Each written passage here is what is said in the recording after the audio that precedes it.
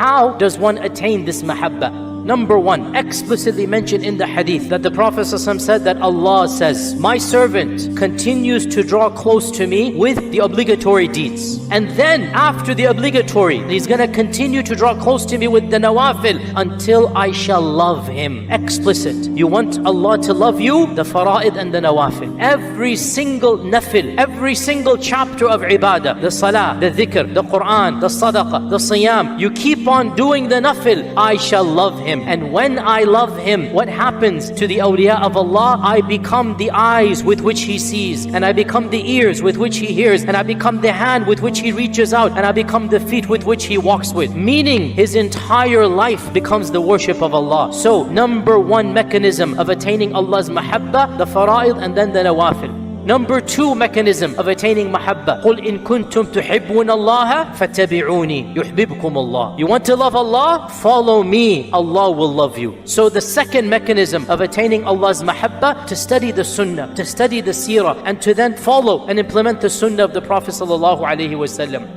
The third mechanism of attaining Allah's mahabba is the frequent recitation of the Quran and the constant dhikr of Allah subhanahu wa ta'ala. There is no mahabba of Allah without constant dhikr. Dhikr is the backbone. Dhikr is one of the main mechanisms of attaining the mahabba of Allah, and the Quran is the ultimate dhikr. The fourth mechanism of attaining Allah's mahabba is to study the names and attributes of Allah. Because when you don't know who is Allah, how will you love Allah? Having a relationship with these names and attributes, using the names and attributes in your du'as, Ghafoor, Ghaffar, Rahman, Rahim, Tawwab, Malik, Quddus, know these names, understand these names, and your love of Allah will increase. The fifth way of increasing your mahabba of Allah subhanahu wa ta'ala is to spend quality time with Allah. How can you spend quality time with Allah? Ibn al-Qayyim says one of the strongest ways of showing your love to Allah is by secluding yourself and having private conversations with Him when He has told you to have those conversations. Meaning tahajjud and qiyamul layl. To cut yourself off from society in the middle of the night and you open up your heart to Allah and you pray tahajjud and you read Quran. This is one of the ways you're going to increase your muhabba.